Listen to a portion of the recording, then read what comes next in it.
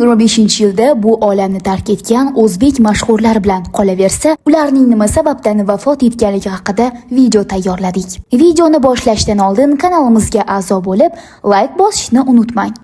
Hali 20 ga ham to'lishga ulgurmagan xonanda Shirin Abdullayeva 19 yoshida olamdan o'tdi. Shirin Abdullayeva Ba Holding kompaniyasi asoschisi, namanganlik eng katta boy insonlardan biri Bahodir Abdullayevning kichik qizi edi. Marhuma 2005-yil 14-dekabr sanasida Namangan shahrida dunyoga kelgan. Pekindagi Sinxua universitet talabasi bo'lgan qo'shiqchi 2023-yilda san'at yo'nalishi bo'yicha Zulfiya nomidagi davlat mukofoti bilan taqdirlangan. Shirin 3 yoshga to'lar-to'lmas qo'shiq kuylashni boshlagan.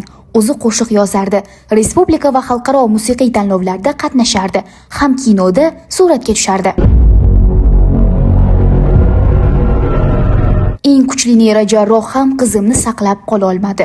Xonanda Shirin Abdullayevaning otasi uning so'nggi kunlari haqida yaqinda bergan intervyusida aytib berdi. Uning vafot sabablari oila a'zolari tomonidan ochiq-oydin aytilmagan bo'lsa-da, u katta ehtimol bilan meningit xastaligi bilan kurashib kelgan. Jahongir Latipov Shirinning otasi tadbirkor Bahodir Abdullayev bilan qizining so'nggi kunlari va musibatni qanday yengib o'tayotgani haqida suhbatlashdi. Uning aytishicha, Bahodir Abdullayev 2 oy deganda endi ishga chiqqan ekan.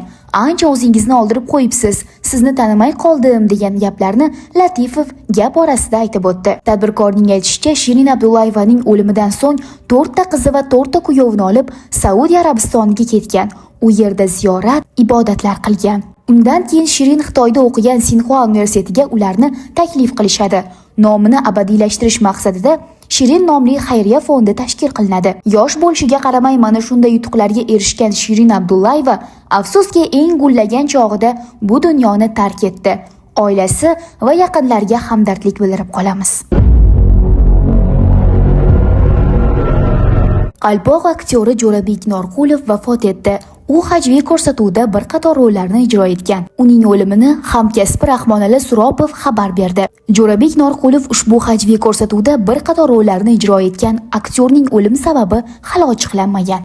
71 yoshini qarshi olgan O'zbekistonda xizmat ko'rsatgan aktyor Husan Musaboyev ham vafot etgan. Inson ko'p narsani bilsa ham qachon bu olamdan tark etishini hech qachon bilmaydi. Husan Musaboyev o'zining televizion miniatyuralari teatrdagi rollari bilan ko'pchilikka tanilgandi. U 1954-yil 10-iyunda Toshkentda tug'ilgan. Uning super xizmatkor filmida o'ynagan roli tomoshabinlarga o'zgacha ruh va kayfiyat beradi.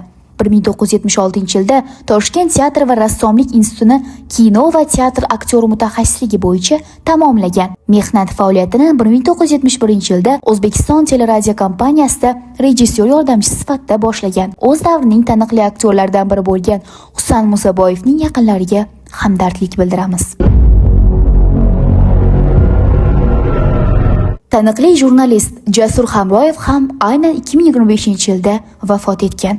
Shou biznes sohasida uzoq yillardan buyon faoliyat yuritib kelgan jurnalist Jasur Hamroyevning o'limini do'stlari tasdiqlashgan. U 42 yoshda edi. U qandli diabet kasalligiga chalingani va so'nggi oylarda buyrak yetishmovchiligi dardi bilan og'rib kelgani ma'lum qilinmoqda. Agar biz oddiyroq yashashni va Allohga tavakkal qilishni o'rgansak, ko'p tashvishlardan xalos bo'lamiz. Keling, birgalikda hayotimizga ko'proq iliqlik kiritaylik. Shunda biz ham, yaqinlarimiz ham o'zlarini xotirjam his qilishlari mumkin. Zero Alloh taolo bizni har qadamda asraydi, har qanday to'siqlarni olib tashlaydi va hayotimizni cheksiz rahmatiga to'ldiradi deb yozgan edi u ijtimoiy tarmoqdagi so'nggi postlardan birida. Jurnalistning vafoti munosabati bilan marhumning oilasiga va yaqinlariga chuqur hamdardlik bildirib qolamiz. Kutilmagan va eng tezkor xabarlarni ko'rish uchun kanalimizga a'zo bo'lib, like bosishni unutmang. Bizni kuzatishda davom eting, chunki siz bilmagan sara xabarlar hali oldinda.